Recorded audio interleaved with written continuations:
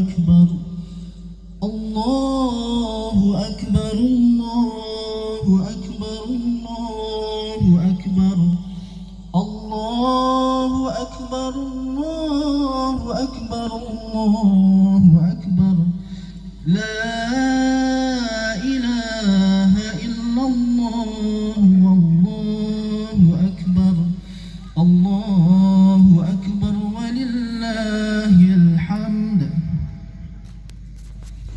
إن الحمد لله نحمده ونستعينه ونستغفره ونعوذ بالله من شرور أنفسنا وسيئات أعمالنا من يهده الله فلا مضل له ومن يضلله فلا هادي له أشهد أن لا إله إلا الله وأشهد أن محمدا عبده ورسوله لا نبي بعده اللهم صل وسلم وبارك على سيدنا محمد وعلى آل سيدنا محمد ويا عباد الله أوصيكم ونفسي بتقوى الله وطاعته فقد فاز المتقون قال الله تعالى في القرآن الكريم أعوذ بالله من الشيطان الرجيم بسم الله الرحمن الرحيم يا أيها الذين آمنوا اتقوا الله حق تقاته ولا تموتن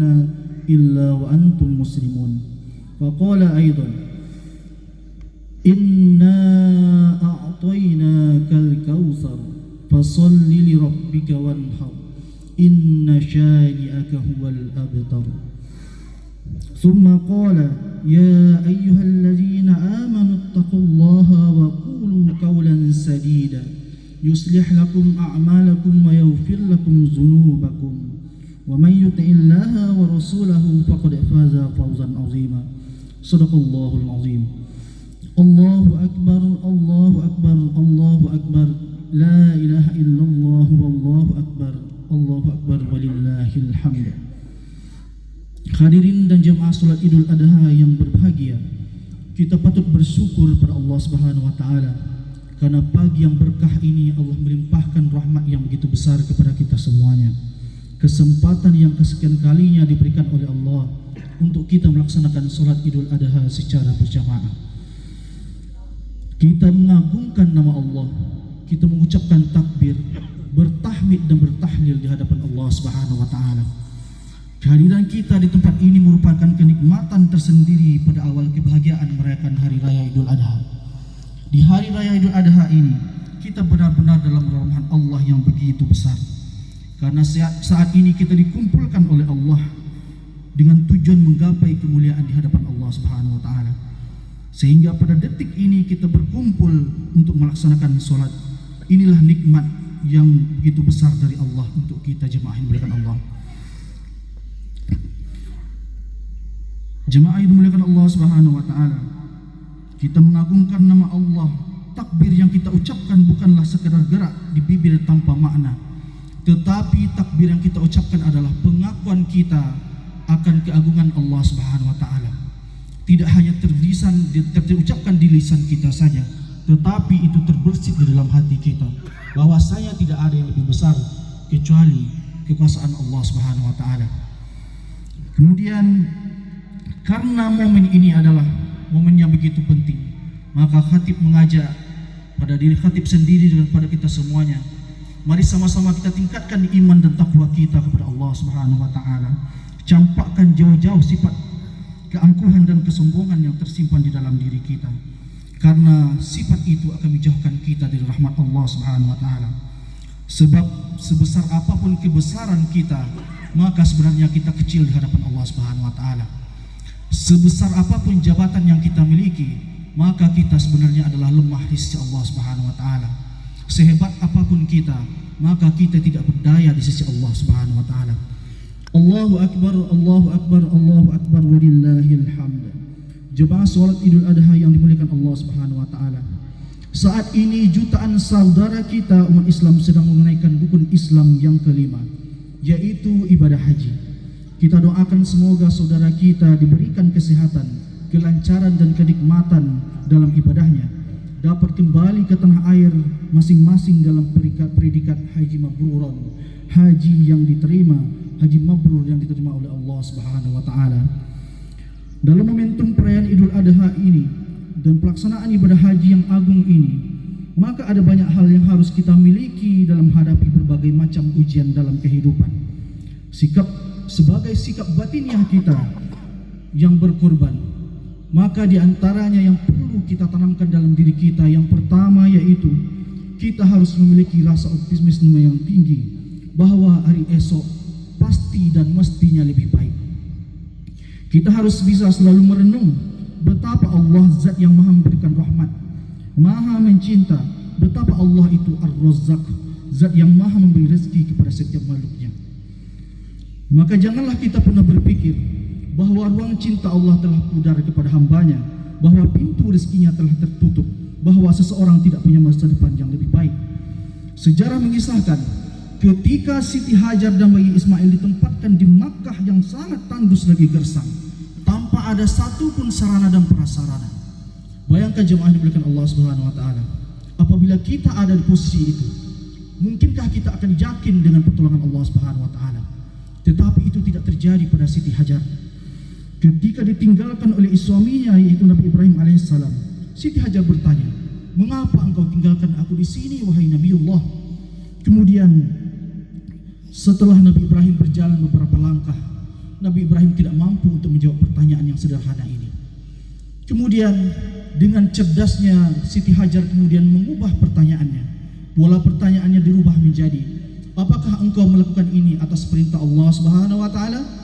Kemudian Nabi Ibrahim dengan begitu yakinnya menjawab, "Ya, ini adalah perintah Allah Subhanahu wa taala."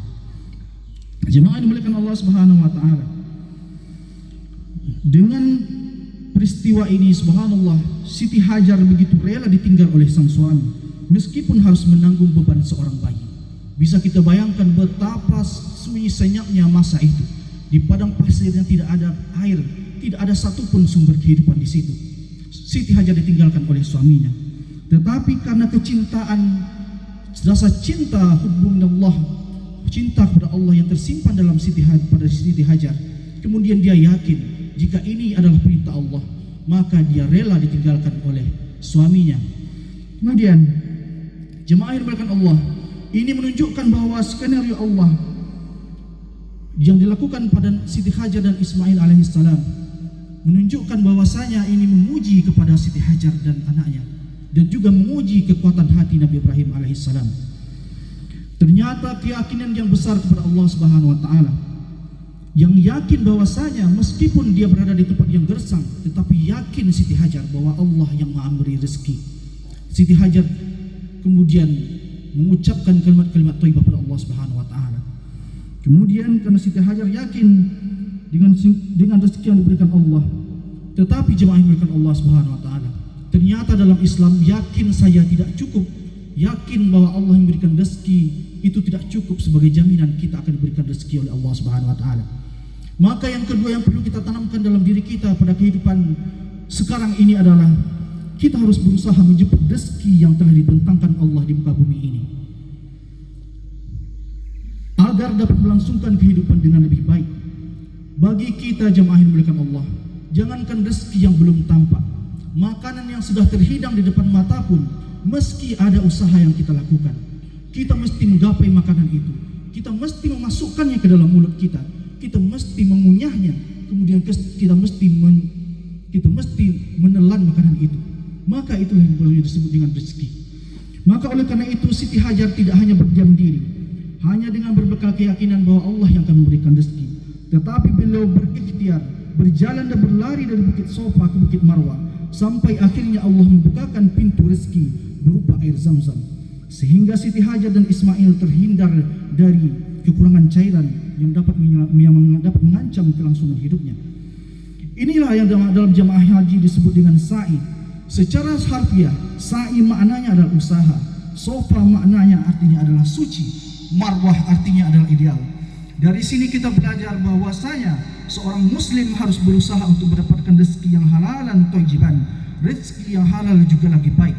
Jangan sampai menggantungkan harapan kepada orang lain tanpa usaha sedikit pun. Dalam mencari rezeki kita mesti berangkat dari hati. hati yang suci dan tidak akan mengorbankan nilai-nilai idealisme keislaman kita yang kita yakini kebenarannya. Usaha menjemput rezeki tidak harus kemudian membuat seseorang menjauh dari Allah Subhanahu wa taala. Bisa kita lihat pada hari ini jemaah yang dimuliakan Allah Subhanahu wa taala, betapa ada orang yang dia ketika usahanya lancar, tetapi kemudian ketika banyak orang yang berjual beli di tokonya mungkin, kemudian dia lupa dengan panggilan Allah Subhanahu wa taala. Allahu akbar, Allahu akbar. Berkumandang azan, berkumandang qomat, tetapi tidak pernah tergugah hatinya. Semoga kita menjadi hamba-hamba Allah yang ketika panggilan itu datang, kita bergegas untuk mendatangi Allah Subhanahu wa taala. Allah yang memanggil kita, Allah yang menjanjikan kemenangan kepada kita. Hayya 'alas shalah, salatlah. Hayya 'alal falah, Allah yang akan memberikan kemenangan kepada kita. Jika Allah ingin memberikan rezeki kepada hambanya, maka mestinya hambanya juga patuh dan taat pada peraturan Allah Subhanahu wa taala. Kemudian jemaah yang dimuliakan Allah Subhanahu wa taala, sebelum melakukan sa'i itu mesti ada tawaf terlebih dahulu. Nah, tawaf ini adalah mengelilingi Ka'bah. Ka'bah merupakan simbol adanya